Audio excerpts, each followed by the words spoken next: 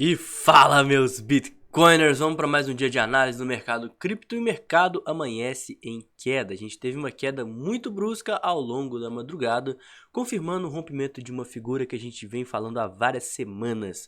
Então vem comigo que logo depois eu vou te mostrar o que aconteceu, o que está acontecendo e o melhor, o que você pode fazer agora com essa queda, porque temos oportunidades pela frente.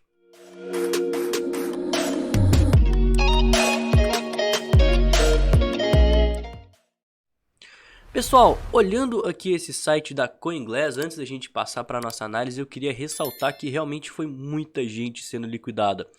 Foram quase que 6 milhões de dólares nas últimas 24 horas. Isso representou a quase 170 mil traders liquidados.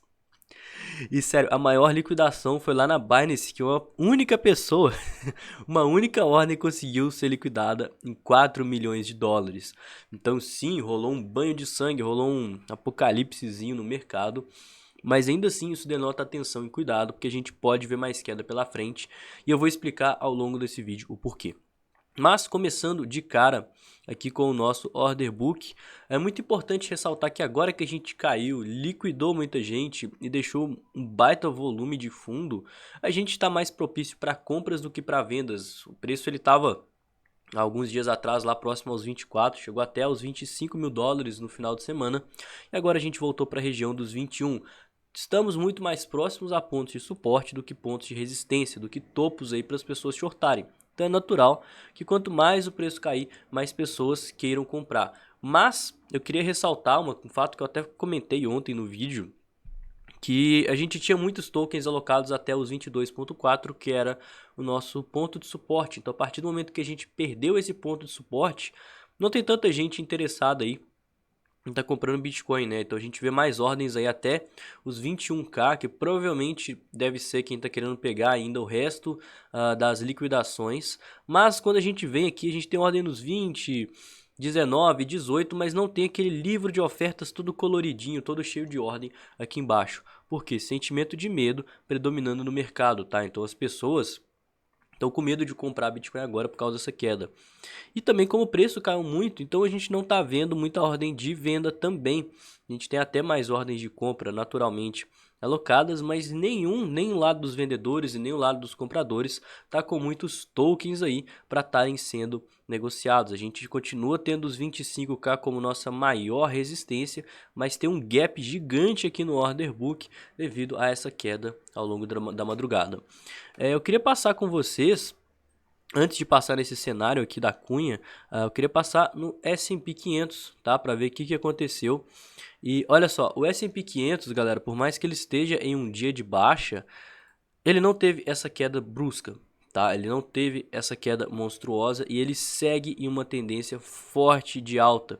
Enquanto o Bitcoin ele perdeu fundos, que seriam os fundos que foram deixados mais ou menos nessa região, se a gente comparar o S&P, o Bitcoin ele fez isso aqui, ó. Ele perdeu esse fundo aqui. O S&P está longe de perder e está até fazendo base de preço, utilizando topos prévios aqui como ponto de suporte. Então a tendência no mercado tradicional segue em alta, enquanto o mercado cripto é numa baixa muito forte. Então tomem cuidado com as suas operações, porque o mercado cripto está indo na contramão aí do mercado tradicional. E consequentemente, se a gente vê uma correção mais brusca no mercado tradicional, a gente pode ver muito mais queda nas criptomoedas e isso demanda gestão de risco.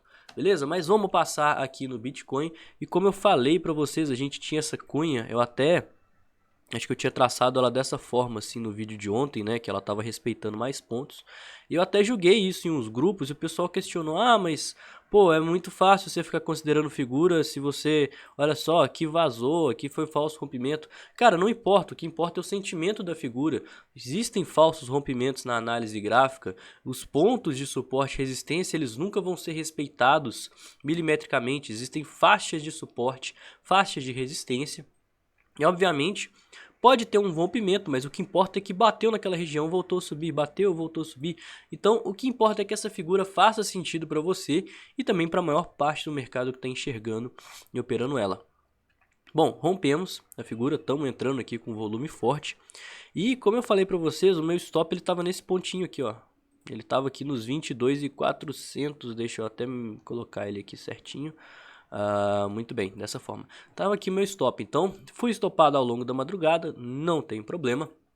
Tô dolarizado e tô conseguindo ver a minha queda. A gente vinha de uma estratégia onde a gente vinha comprando movimentos de pânico, movimentos de fundo e aproveitava movimentos de alta para estar vendendo, distribuindo, abaixando o nosso preço médio. Ah, Arthur, você foi estopado então. Eu fui, mas eu fui estopado no lucro. Por quê? Porque a gente estava comprando nesses fundos, subia, a gente vendia, caía, a gente comprava, subia, a gente vendia, a gente ia sempre abaixando mais o nosso preço médio.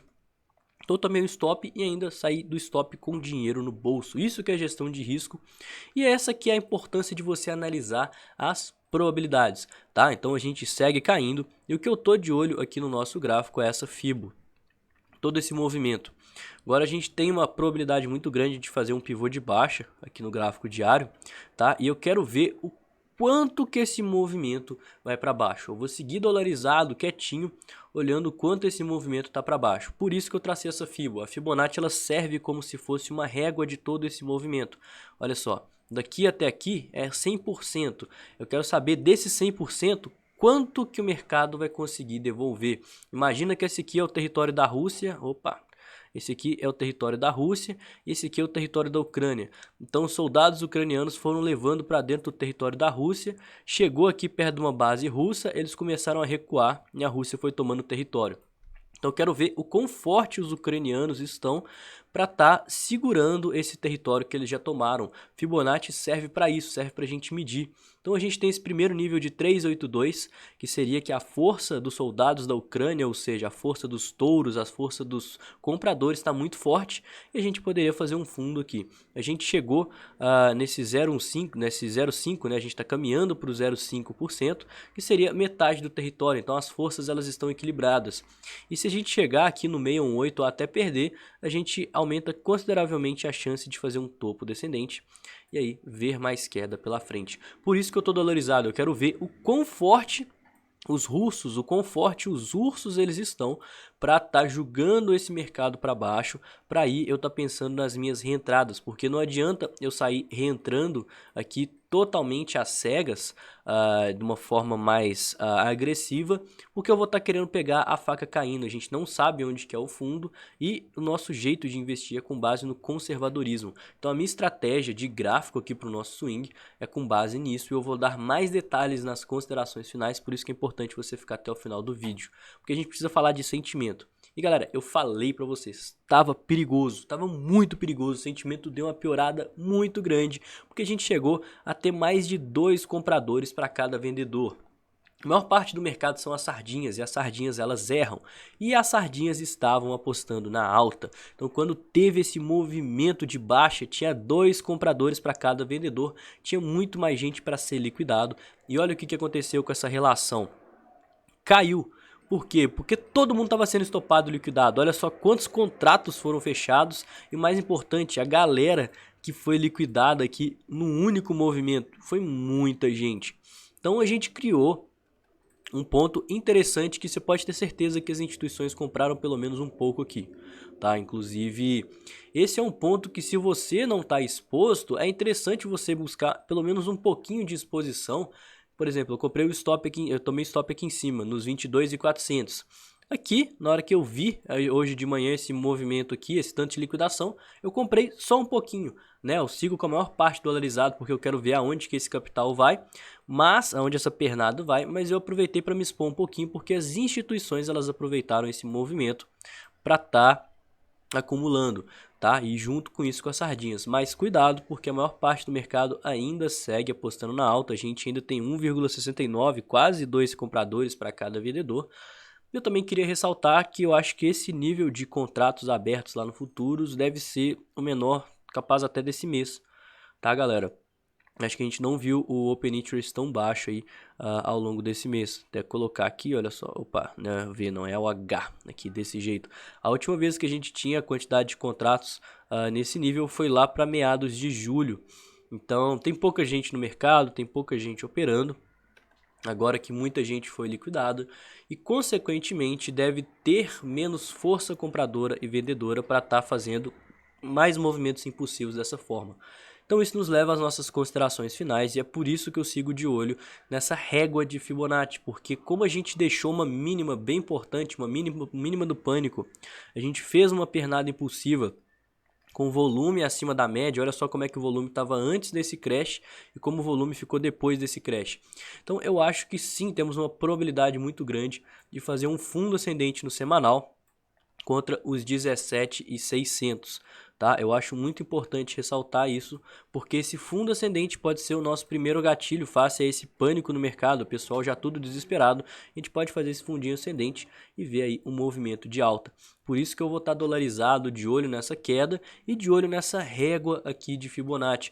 Quanto mais o preço cair, menor a probabilidade desse fundo ascendente formar e a gente romper esse topo. Quanto menos esse movimento aqui cair, maior a probabilidade da gente estar vendo esse movimento de alta. E aí eu vou estar interessado em estar reentrando e me posicionando para um eventual swing, continuar esse movimento de alta que a gente viu aí ao longo do último mês e consequentemente, né, galera, dar uma recuperada e uma corrigida nos gráficos maiores. Certo? O vídeo de hoje foi esse, a análise de hoje é essa, eu espero que vocês tenham gostado. O motivo da queda foi euforia, muitas liquidações, né? E isso vai impulsionando e vira uma bola de neve. Então sim, quando as pessoas estão alavancadas, estão acreditando muito em um sentido, toma cuidado, porque se for contra essas pessoas, a gente pode ver movimentos impulsivos, tal como esse que aconteceu. Não esqueça de comentar nesse vídeo o que você achou, deixar aquele like, compartilhar aí nos grupos para mostrar para as pessoas por que o mercado caiu. E o mais importante, né, me siga nas redes sociais, que os links estão todos aqui embaixo. Beleza? Falou e até mais!